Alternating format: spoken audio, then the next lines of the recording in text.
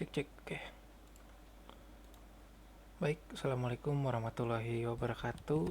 Nama saya Nicholas Mezalira dan di sini saya akan menjelaskan sedikit tentang kompresor. Oke, kita mulai.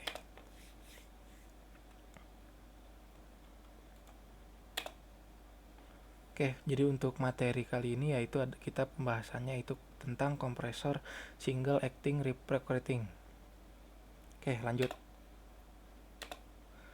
Ya, jadi di sini kita ada beberapa pembahasan, yaitu yang pertama pengenalan atau apa itu kompresor. Nah, yang kedua lalu komponen-komponen. Jadi kita di sini akan menyebutkan beberapa komponen penting dalam kompresor.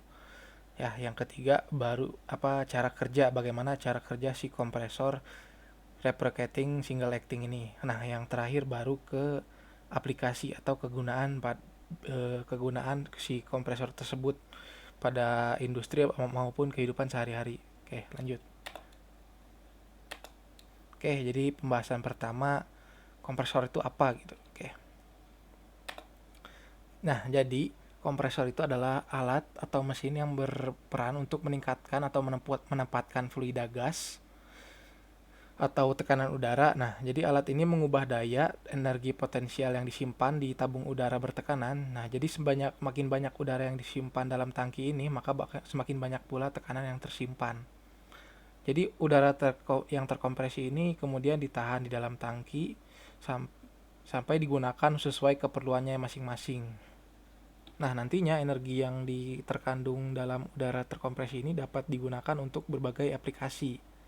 Kayak seperti untuk menghubungkan pelampung sampai alat-alat seperti pistol paku atau sander atau bor. Oke, next ya.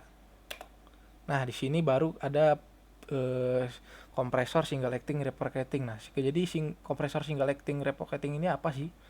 Jadi pengertian maksudnya ini adalah kompresor yang menggunakan sistem torak atau piston yang bergerak di dalam silinder untuk memompa si udaranya tersebut. Jadi dia sistemnya mompanya pakai silinder, jadi tidak memakai turbin ataupun baling-baling.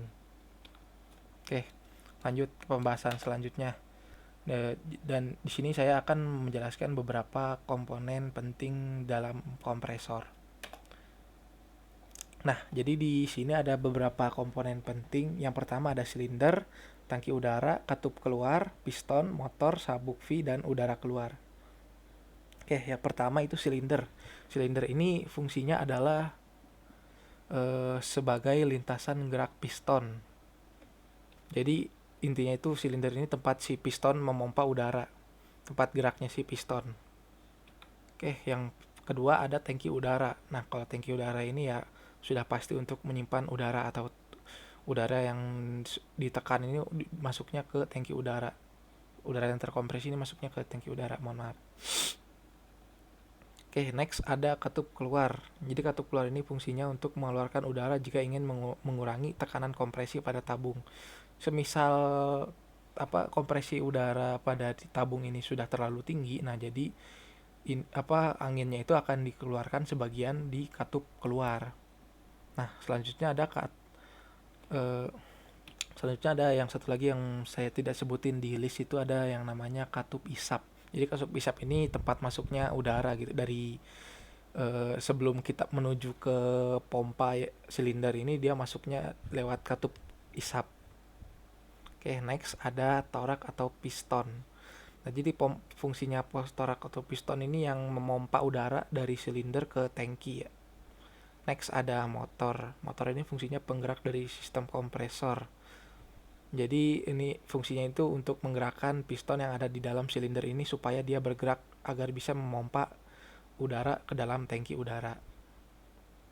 Next, sabuk V. Jadi sabuk V ini perannya itu berfungsinya sebagai transmisi antara motor sama pompa pistonnya itu, supaya pompa pistonnya itu dia bisa bergerak untuk memompa udara ke tangki udara. Oke, yang terakhir ada udara keluar. Jadi ini udara keluar ini tempat head keluar ya. Jadi tempat udara keluar untuk misalkan ingin memompa bahan, jadi udaranya lewat sini, lewat udara keluar. Next, cara kerjanya. Jadi gimana sih cara kerja kompresor reciprocating single acting ini? Oke, jadi ini cukup simpel ya. Jadi saya akan jelaskan ada dua langkah di sini, langkah hisap sama langkah tekan. Jadi yang pertama ini langkah hisap, udara masuk lewat katup hisap. Jadi ini yang dimaksud ini bukan bahan pendingin ya, mohon maaf ini salah penulisan gambarnya saya akan ngambil dari internet. Jadi ini ceritanya fluida atau udara. Nah, jadi ini udara ini masuk pada saat piston ditekan bergerak ke bawah, udara ini akan masuk, lalu katup hisapnya akan terbuka secara otomatis dia supaya si udaranya itu bisa masuk. Nah, setelah masuk terus silindernya itu ada di titik mati bawah, baru dia akan ke atas lagi. Nah, pada saat ke atas, dia ini akan menekan udara sehingga udara ini akan tertekan dan masuk ke katup tekan. Nah, jadi katup tekan ini dia akan dari katup tekan ini dia menuju ke tangki udara, di mana di sana itu isinya adalah udara yang sudah terkompresi. Nah, jadi kira-kira begitu. Jadi ini setelah piston di titik mati atas, dia akan bergerak lagi ke bawah sampai sampai terus-terusan, jadi berulang-ulang kali. Jadi begitu, cukup simpel kira-kira. Oke, next. Di sini ada beberapa aplikasi kompresor single acting reciprocating. Jadi kegunaan dan aplikasi ini kompresor ini dipakai di media apa saja gitu. Oke. Yang pertama paling simpel yaitu untuk memompa ban kendaraan. Kita di sini bisa dilihat pada bengkel-bengkel pinggir jalan ya, biasanya menggunakan kompresor jenis ini untuk memompa ban. Next. Next ada ini ya cat spray brush. Biasanya kalau di pinggir-pinggir jalan tuh juga suka ada jasa ngecat itu. Nah, mereka itu memakai kompresor single single acting reciprocating ini juga. Oke, yang terakhir ini ada yang agak unik. Ini juga bisa menggerakkan alat-alat yang seperti contohnya ini air dye bore. Nah, jadi air dye bore ini menggunakan kompresi udara untuk menekan si spindle-nya ini supaya dia muter. Jadi beberapa aplikasi ini nggak cuma di air dye bore, juga ada yang namanya nail gun. Nah, nail gun itu juga menggunakan udara terkompresi untuk memompa paku supaya dia bisa terpaku ke medianya. Oke, mungkin sekian presentasi dari saya. Mohon maaf jika ada beberapa kesalahan.